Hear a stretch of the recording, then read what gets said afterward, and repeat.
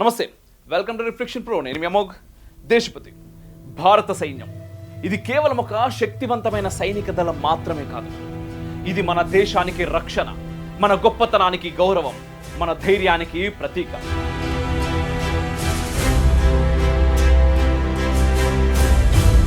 దేశంలో ఎక్కడ ఏ సవాలు ఎదురైనా భారత సైన్యం ఎప్పుడూ ముందుంటుంది.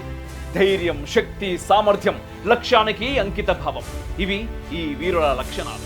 వారు చేసిన ప్రతి బలిదానం, పోరాటం మన దేశ భద్రత, గౌరవం కోసం మాత్రమే. ఇప్పుడు ఆపరేషన్ సింధూర్ ఇది కేవలం ఒక సైనిక చర్య మాత్రమే కాదు. ఇది భారత సైన్యం యొక్క శక్తిని ప్రపంచానికి చూపించే క్షణం.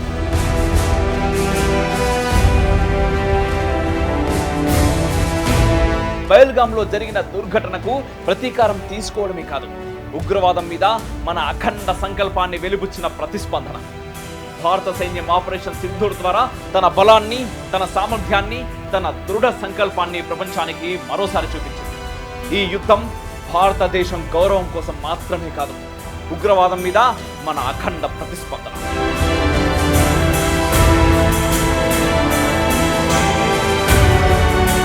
ఆపరేషన్ సింధూర్ ఒక సైనిక యాత్ర కాదు, అది దేశం యొక్క అజేయ శక్తి, ఉగ్రవాదానికి వ్యతిరేకంగా ఒక ప్రతిస్పందన. దీని ప్రాధాన్యం మనం ఎప్పటికీ మరవకూడదు. Welcome to reflection Bharat. Pahalgam మారణ హోమానికి భారత్ ప్రతీకారం తీర్చుకున్నది. త్రివిధ దళాలు పూర్తి సమన్వయంతో అర్ధరాత్రి చేసిన ఆకస్మిక దాడులతో ఉగ్రదేశం విలవిల్లాడిపోయింది. ప్రతిదాడి చేయలేక కూలబడిపోయింది. అంతా ముగిసిన తర్వాత తగిన రీతిలో జవాబు చెబుతామంటూ మరొకసారి ముచ్చట్లు చెప్తా ఉన్నది పాకిస్తాన్. ఆపరేషన్ సింధూర్ పేరిట చేసిన ఈ సైనిక చర్యలో 9 ఉగ్ర స్థావరాలను లక్ష్యంగా చేసుకున్న వాయుసేన క్షిపణుల వర్షం కురిపించింది. హిజ్బులే ముజాహిదీన్, లష్కరే తోయిబా, జైషే మహమ్మద్ స్థావరాలను నేలమట్టం చేసింది. వాటిలో నక్కిన ఉగ్రముఖలు తునలై చనిపోయారని అంచనాలు కనిపిస్తూ ఉన్నాయి. పాక్ రాడార్కి దొరకకుండా టార్గెట్ రీచ్ అయిన మిజైల్ని ప్రయోగించింది భారత సైన్యం. పాక్ సైనిక స్థావరాలపై కాకుండా కేవలం టెర్రర్ క్యాంపులపైనే దాడులు చేసింది. సామాన్య పౌరుల నివాస సముదాయాల్లో ఉగ్రవాద క్యాంపులు ఉన్నప్పటికీ జనసామాన్యానికి నష్టం వాటిల్లకుండా పకడ్బందీగా విరుచుకుపడింది. భారత భూభాగం నుంచి ప్రయోగించిన క్షిపణులు ఖచ్చితమైన లక్ష్యాలను ధ్వంసం చేశాయి. అర్ధరాత్రి సరిగ్గా 1:28 మొదలైన ఆపరేషన్ సింధూర్ 1:51కి ముగిసింది. అంటే కేవలం 23 నిమిషాల వ్యవధిలో శత్రువుకి వెన్నులో వెనుక మొదలైంది. మునుడికే ఇక్కడే లష్కరే తోయిబా హెడ్ క్వార్టర్ ఉంటుంది. దాంతో మిజైళ్లతో విరుచుకుపడింది భారత్. బహావల్పూర్లోని జైషే మహమ్మద్ హెడ్ క్వార్టర్పై కూడా బాంబుల వర్షం కురిపించింది. ముజఫరాబాద్ పీఓకేకి ప్రధాన కేంద్రం. ఇక్కడే హిజ్బుల్ ముజాహిదీన్ బేస్ ఉంటుంది. ముజఫరాబాద్లో 2 ప్రాంతాలను టార్గెట్ చేసింది భారత సైన్యం. ఖచ్చితమైన లక్ష్యాలను ఛేదించింది. కోట్లీలో ఉన్న టెర్రర్ క్యాంపుపై బాంబుల వర్షం కురిపించింది. ముజఫరాబాద్లో మరో చోట మిజైళ్లతో దాడి చేసింది. గుల్ఫూర్లోని టెర్రర్ లాంచ్ ప్యాడ్పై విరుచుకుపడింది. సియాల్కోట్లోని టెర్రర్ క్యాంప్ పైన మిజైళ్ల వర్షం కురిపించింది. చాకమ్నులో ఉన్న టెర్రర్ లాంచ్ ప్యాడ్పై క్షిపణులు సంధించింది. భీంబర్లోని టెర్రర్ లాంచ్ ప్యాడ్పై దాడులు చేసింది. పాకిస్తాన్ గగనతలంలోకి పోకుండా మన భూభాగం నుంచే క్షిపణి ప్రయోగం చేసినట్టు తెలుస్తున్నది. ఆర్టిలరీ విభాగాలు లక్ష్య నిర్దేశిత దాడులు చేసినాయి. వాయుసేన, ఫిరంగి దళాలతో పాటు నావికా దళం కూడా పాకిస్తాన్ పోర్టుల మీద దాడి చేసినట్టు వార్తలు వెలువడుతున్నప్పటికీ భారత ప్రభుత్వం ధృవీకరించాల్సి ఉన్నది. పాకిస్తాన్కు సంబంధించిన JF-17, F-16 విమానాలను భారత్ కూల్చివేసినట్టు తెలుస్తున్నది. ఇందుకు సంబంధించిన ఎటువంటి నిర్ధారణ కూడా ఇంకా వెల్లడి కాలేదు. మరోవైపు జమ్మూ కాశ్మీర్లోని పూంచ్ రజౌరీ సెక్టార్లోని భీంబర్ గలీలో పాక్ కాల్పులకు పాల్పడిందని భారత సైన్యం ప్రకటించింది. గడిచిన 11 రోజులుగా నియంత్రణ రేఖ వెంబడి ఎడతెరపి లేకుండా కాల్పులకు దిగుతూనే ఉన్నారు పాకిస్తాన్ వాళ్ళు. జమ్మూ కాశ్మీర్లోని పూంచ్లో జిల్లాలోని ఉరీ సెక్టార్లో పాక్ ఆర్మీ ఆర్టిలరీ షెల్లింగ్స్ కాల్పులతో దాడికి పాల్పడింది. ఈ దాడిలో 3 అమాయకులు చనిపోయారు కూడా. హంచ్ అటవీ శాఖ కార్యాలయం కూడా ధ్వంసమైంది. భారత సైన్యం పాక్ కాల్పులను తిప్పికొట్టింది. మన వైపు ఒక్క ప్రాణ నష్టం జరగకుండా ఈ ఆపరేషన్ చేపట్టినట్టు రక్షణ శాఖ వర్గాలు తెలిపినాయి.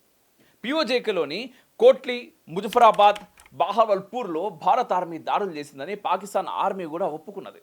బహావల్పూర్ను ఎంచుకోవడానికి మరో ప్రధాన కారణం మసూద్ అజార్కు సంబంధించిన మదర్సాలను మన క్షిపణి వ్యవస్థ నేలమట్టం చేసింది.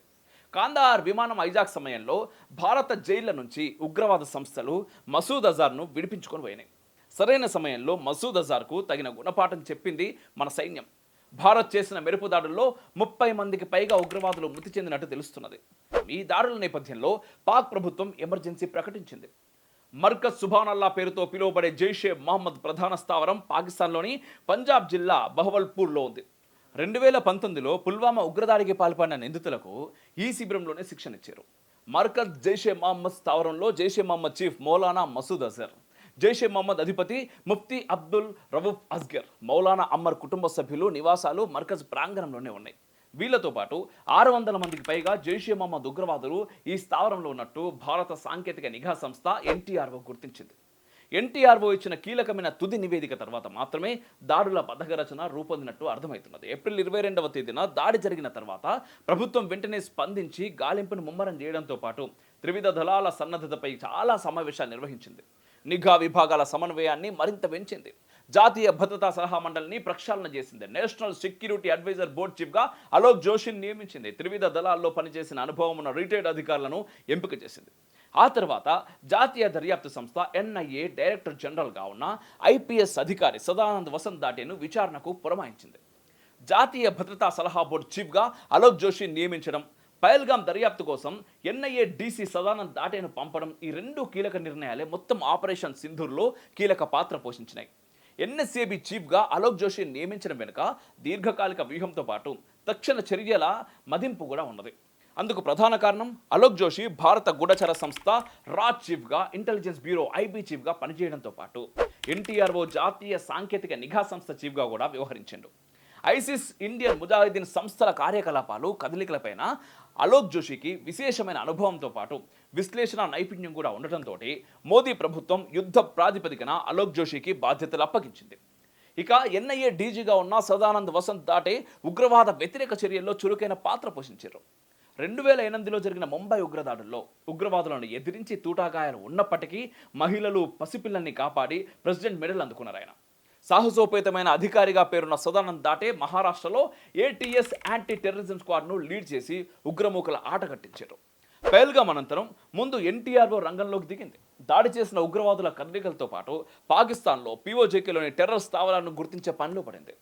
అరుణ్ సిన్హా చీఫ్గా వ్యవహరిస్తున్న ఎన్టీఆర్ఓ అమిత వేగంతో సమాచార సేకరణ చేసింది. అంతేకాకుండా ఎన్టీఆర్ఓ చీఫ్గా పనిచేసిన అలోక్ జోషి సైతం ఎప్పటికప్పుడు అందుకున్న సమాచారాన్ని విశ్లేషించి దాడి నిర్వహణకు సరైన మార్గదర్శకత్వం అందించారు. ఎన్ఐఏ, ఎన్టీఆర్ఓలు సేకరించిన విచారణ వివరాలు, సమాచారం మొత్తం ఆగమేఘాల మీద ప్రధాని కార్యాలయానికి, మరి ముఖ్యంగా జాతీయ భద్రతా సలహాదారు అజిత్ దోవల్ చేతికి అందినట్టు తెలుస్తున్నది. అజిత్ దోవల్, అలోక్ జోషి, సదానంద్ వసంత్ దాటేల త్రయం మొత్తం ఆపరేషన్ సింధూర్కు ఒక నిర్దిష్టమైన రూపం ఇచ్చినట్టు తెలుస్తున్నది. అలోక్ జోషి వంటి అనుభవజ్ఞులు దాడి అనంతర పర్యవసానాలను అంచనా వేసి హెచ్చరించే అవకాశం ఉంటుంది కాబట్టి ఆయనను ఎంపిక చేసినట్టు తెలుస్తుంది. ఆపరేషన్ సింధూర్కు 2 రోజుల ముందు మే 5న air chief marshal Amarpreet Singh ప్రధాని మోదీతో భేటీ అయినప్పుడే ముహూర్తం ఖరారైనట్టు తెలుస్తున్నది. కనీసం 5 రోజుల ముందు తుది నిర్ణయానికి వచ్చినందువల్లే ఆపరేషన్కు సింధూర్ అనే పేరును ఖరారు చేసినట్టు కూడా తెలుస్తుంది.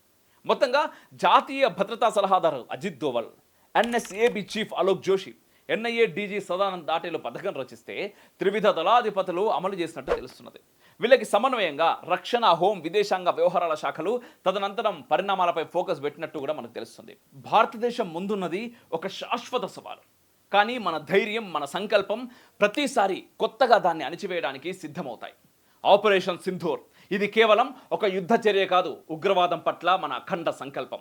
పహల్గామ్లో జరిగిన దుర్ఘటనకు ప్రతీకారమని చెబుతుండగా భారత సైన్యం ఒక అడుగు ముందుకు వేసి అర్ధరాత్రి సమయంలో శత్రు స్థావరాలను ధ్వంసం చేసింది. ఆపరేషన్ సింధూర్ ఒక సైనిక యాత్ర కాదు, అది దేశం యొక్క అజేయ శక్తి, ఉగ్రవాదానికి వ్యతిరేకంగా ఒక ప్రతిస్పందన. దీని ప్రాధాన్యం మనం ఎప్పటికీ మరవకూడదు. జై జవాన్, మేరా భారత్ మహాన్, జై హింద్.